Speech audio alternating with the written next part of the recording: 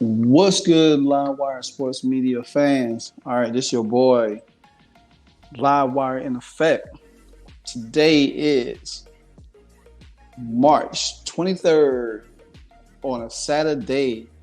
So I'm about to drop some gems for y'all today. Now, I haven't dropped any videos for the last couple of days or so. It's just taking a little break here and there, and sometimes I do that. But the one thing that I definitely want to acknowledge is that we are past the combine, we are past free agency. Well, we winded down free agency. We only got like 2 months, well, 3 months left of free agency. Where April is right around the corner. But now that the Commanders have solidified some roster spots and everything, the main thing is going to be talked about is the the draft. With that being said, Caleb Williams did definitely have his pro day last week, which a lot of people observed. Some people say, some people say, yay, but the most viable question is the number 2 pick. Who's going number 2? Is it Drake May, J.J. McCartney, or Jayden Daniels? Now, with that being said, all of this draft buzz is just buzz. We don't know for sure. We just put our content, we give our opinion, and we just keep it pushing. But I think Adam Peters learned from the Trey Lance situation that you're not going to trade back, get multiple picks, take a chance on somebody else. Whether if it's a Bo Nix, whether if it's a Michael Penix Jr. You just don't want that stigma because if them guys doesn't work out, then you left stuck. Now, I heard a lot of people, listen to a lot of people podcasts, and they say, oh, well, Drake May could be the guy. He could definitely, he could run Kingsbury offense, but can he? I mean, I'm not saying Drake May is bad, but like I said before, I have watched him. I think Caleb Williams could run it because he's been there with him. Kingsbury been there. He was when he was there at USC last year. Drake May, he could run a spread, but everybody's, they get to these little highlights of him running the ball and say, oh, see, Drake May could run the ball just as well as Caleb Williams or Jayden Daniels or whatever. He has the same running mobility as a Bo Nix. I think Bo Nix is more elusive than Drake May is. Now, Michael Penix doesn't run a lot because of, his injury history, but I'm sure he can move out the pocket, but he likes to be in a pocket. If you look at all of these quarterbacks, J.J. McCartney is a little slim. He's like almost the same size as Jayden Daniels. He's probably the most guy that he doesn't give you the eye candy alike. Even though there's a lot of buzz about J.J. McCartney, but they look at JJ and say, oh, well, he's not Drake May. He's not this. He's not that. He's not Jayden. He's not, Caleb. And I listen, like I said, I listen to a lot of people talk and get the analogy. And I watched all of these guys play last year. I watched every one of these guys play last year. And to me, the no-brainer is Jayden Daniels. And I don't want to hear nothing about him being slim because Lamar Jackson was the same way when he came in. J.J. McCartney is around the same size as him. Jayden Daniels is a little bit taller. Yeah, he's slim frame, but he's elusive. He can throw the ball. You know what I'm saying? Everybody said, to me, he is the best dual threat quarterback in the league right now. In the draft, he's the best dual threat. You cannot say that this guy is not a better prospect than some of these guys. Now, I understand everybody raving over Caleb Williams, and rightfully so. But in my opinion, I don't think they too far apart from each other. I don't think that Jayden Daniels and Caleb Williams, I said Caleb May. Caleb Williams is too far apart from each other. You know why? Because the systems might be different, but the offense is still kind of the same. It's a lot of spread. Yeah, LSU runs a different type of offense than USC, but Jayden Daniels is able to do some of the things and make plays. His mobility is the one that creates a lot of plays. Same thing with Caleb Williams. His mobility. Now, Caleb Williams did say at the his pro day, he'd rather throw the ball from the pocket and run, but I have not seen him really sit in the pocket a lot and just throw the ball. Maybe if he did that, there wouldn't be so much of an argument of him, you know, well, we need to see more from him, you know. And I just think that, everybody say, well, Caleb Williams, he's the best prospect in there. Same thing they saying about Marvin Harrison, that Marvin Harrison is the best wide receiver in the draft. Man, look, there's other receiver. I'm gonna get to that on another video later, probably tomorrow or later in the week. But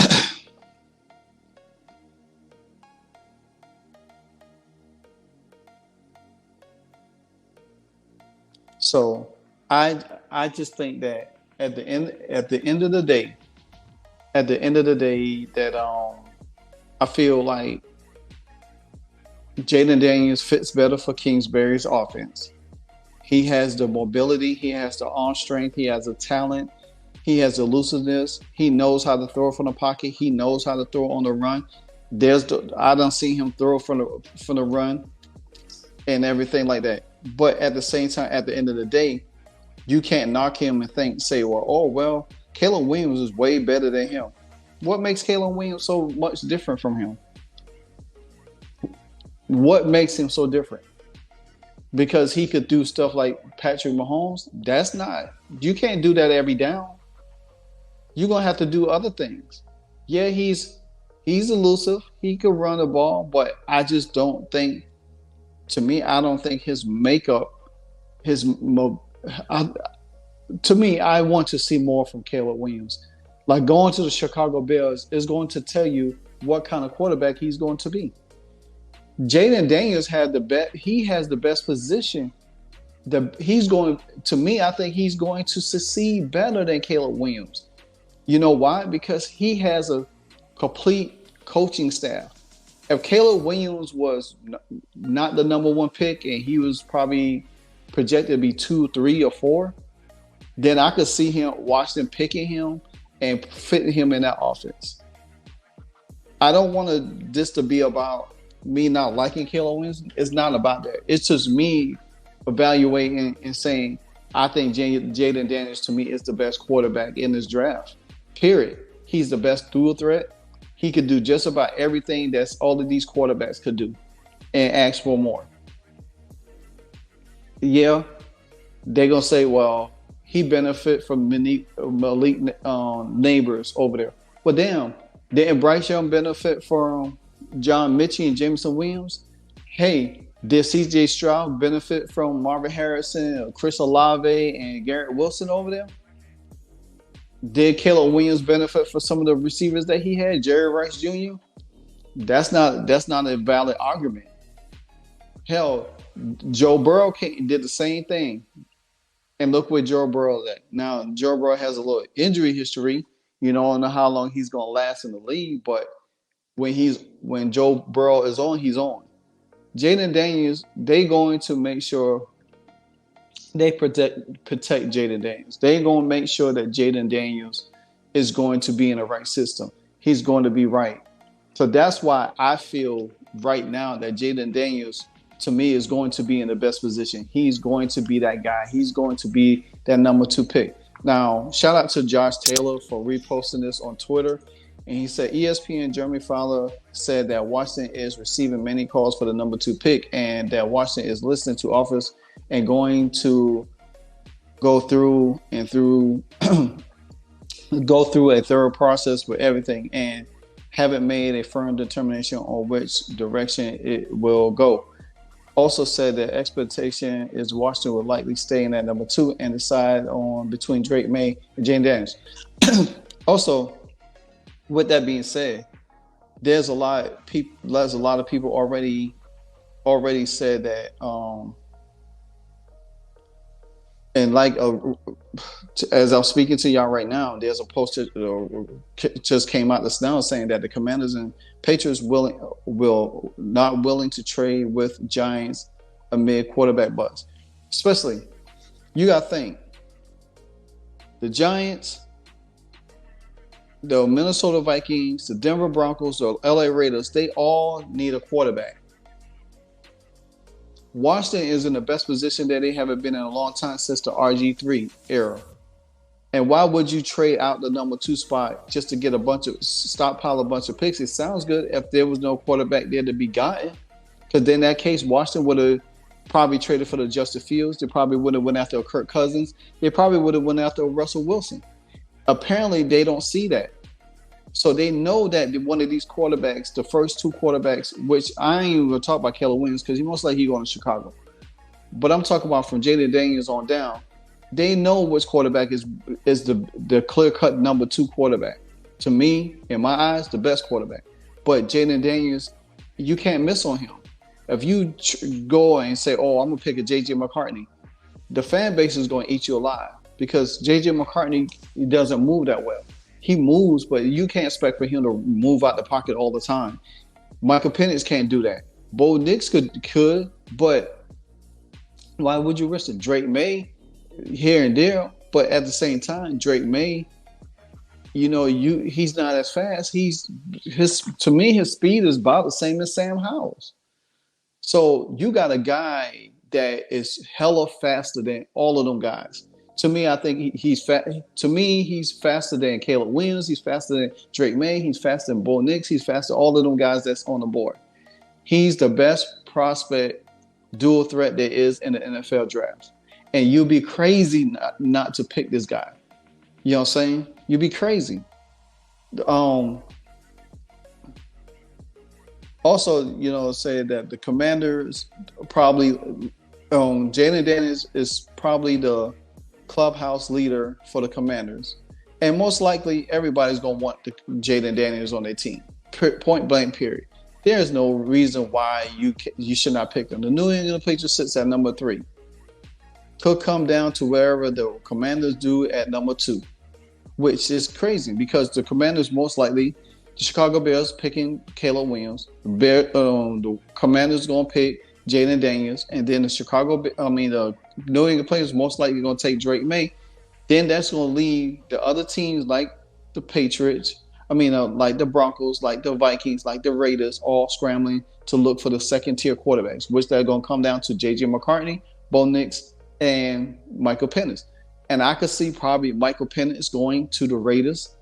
I could see J.J. McCartney going to the Broncos, which the Broncos is behind the Vikings. And the Vikings might try to move up to make sure they get J.J. McCartney. So J.J. McCartney might go to the Vikings. You know what I'm saying? And Bo Nix might end up going back west and going to the Broncos. That's just probably how it's going to go. But all three of these quarterbacks most likely going to go in the first round. They go in first round. And then that's going to be it. So whoever needs quarterbacks after that, it's done and over with. So I just feel like the Commanders, with 5 weeks left, the Commanders pretty much know they're going to do their due diligence. You know what I'm saying? So I feel that's going to be a most significant part of the draft. The first 2 picks is going to solidify. Also, Jayden Daniels and Drake May do have their pro day coming up this week. So I definitely want to be locked in on that and make sure that I get get highlights of it and do a thorough report of it and what I see, and to make my clear cut decision is Jayden Daniels. So just be locked on for that. Jayden Daniels had a great season last year, and he is arguably the most ready to play of the 3 top-tier quarterbacks at the top of the draft, as I said so. Because you play in the SEC, you know what I'm saying? Sometimes it doesn't work out, sometimes it does. But look at the competition he played against, and he performed well. It's not like he performed bad and had bad games like Caleb Williams did. Caleb Williams literally had a bad game against fucking Colorado. You know what I'm saying? Colorado almost came back and won that game from him. He threw interceptions. He was just throwing stuff just to think that, okay, I'm the shit. You know what I'm saying? And that's just how his attitude is. There's nothing wrong thinking like that. But at the end of the day, these scouts gonna want to see more. Yeah, you might have all the talent, you might be that top prospect. But guess what? What you gonna do to lead the NFL team? That's the thing. He gonna have to think about it, because trust me, he's not gonna have the level of success that he thought he had in college, and that's going to show his mental strength and his tolerance to how he gonna overcome it. And if he doesn't if he's sensitive to the nature of criticism, because trust me, them Chicago Bears fans and media is going to eat him alive. Because if he can't handle that, then we're gonna sit here and say, "Hey, Washington made it." I think Jayden Daniels' charisma. He's humble. He smiles. He looks like he's ready to go. So he played 5 years in college. We already know he transferred from Arizona State.